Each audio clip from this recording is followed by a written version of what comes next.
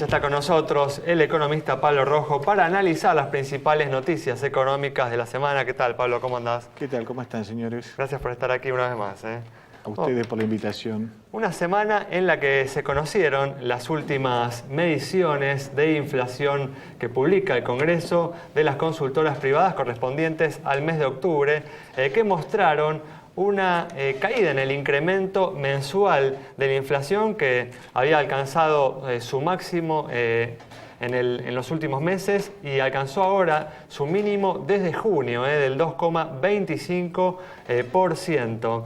¿Ves, Pablo, que el gobierno está logrando contener el proceso inflacionario? Hay sin duda una desaceleración de la tasa de inflación mensual. De todas maneras, estamos en niveles muy altos. Proyectado anualmente nos da un 40%. Pero yo creo que se está haciendo sentir el efecto de la recesión económica. La contracción de la actividad económica se está generalizando y eso es un factor que evidentemente modera la evolución de precios. No es el que uno desearía, pero la realidad es que la recesión está haciendo su trabajo en materia de precios, ¿no? ¿Crees que esta desaceleración del índice mensual va a continuar en los próximos meses?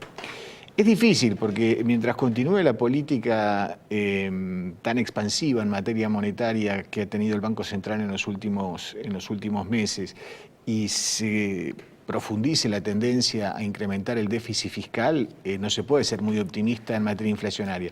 Pero es cierto que si miramos los datos de los últimos 15, 20 días, pareciera que la emisión del Banco Central está empezando a controlarse. Claro, te iba a decir eso, ¿no? Pues justamente sí. Por primera vez en mucho tiempo, con estas últimas emisiones justamente de estos bonos atados, ¿no?, a la variación del dólar, el gobierno, el Tesoro, ha comenzado a financiarse en los mercados de capitales en lugar de utilizar, ¿no?, la emisión monetaria del Banco Central, ¿no? Es cierto, pareciera que se perfila una tendencia hacia un cambio en el mix de financiación del déficit público. Antes era exclusivamente monetario el tipo de financiamiento y hoy aparece el Tesoro en el mercado levantando fondos para financiar su exceso de gasto.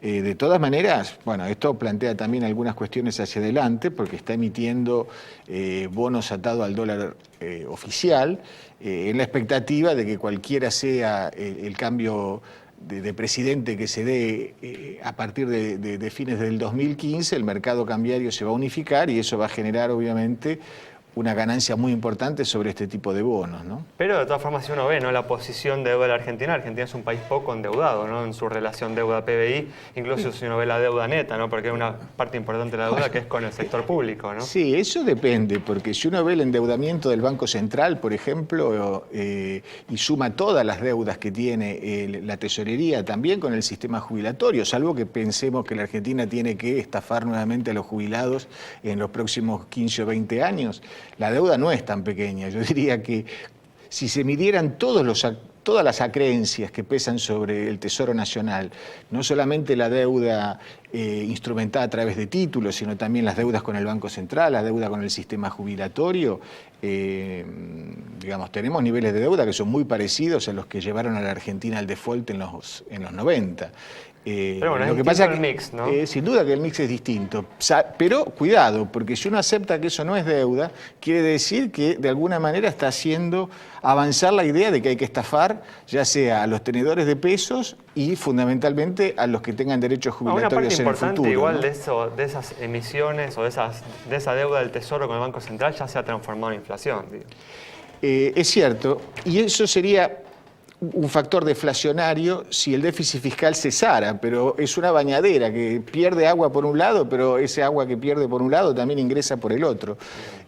Todos los meses el Tesoro se endeuda, ya sea con el Banco Central, con el sistema jubilatorio o bien con el mercado ahora a través de la colocación de papeles y por un exceso estructural que tiene de gastos con respecto a sus recursos, ¿no? Ahora, uno habla de ajuste en sentido de recesión, habla también de endeudamiento. ¿Se podría hablar de un plan más ortodoxo para el cierre del gobierno de Cristina Kirchner o medidas de tipo más ortodoxo?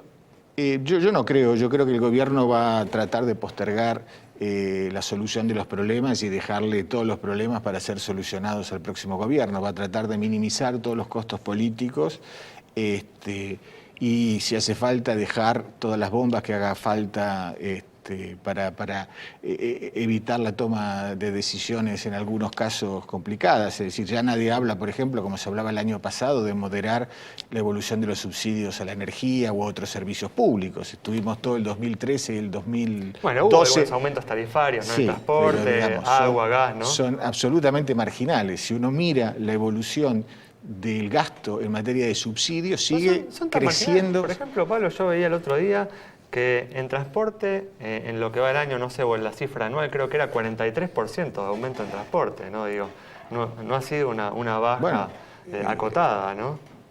Sí, pero digamos 43% es más que la tasa de inflación y más que el aumento del gasto, de la recaudación fiscal. En materia, por ejemplo, energética, el volumen de subsidios está creciendo año tras año a tasas que duplican la tasa de inflación. Hay una situación, digamos, en esa materia de descontrol y yo creo que el gobierno ha renunciado a tomar decisiones importantes en esos campos, es decir, prefiere que los problemas se acumulen de alguna manera y que sea la responsabilidad del próximo gobierno la solución de estas cuestiones, ¿no? Algunas provincias por la inflación justamente están dando un bono de fin de año, Santa Fe, Córdoba. La Ciudad de Buenos Aires dijo que no y para los jubilados a nivel nacional parece que tampoco. ¿Te parece que sería justo en este caso dar algún tipo de bono, pensando que la recaudación está creciendo, cerca de un 40% el último mes? Bueno, por supuesto que es justo.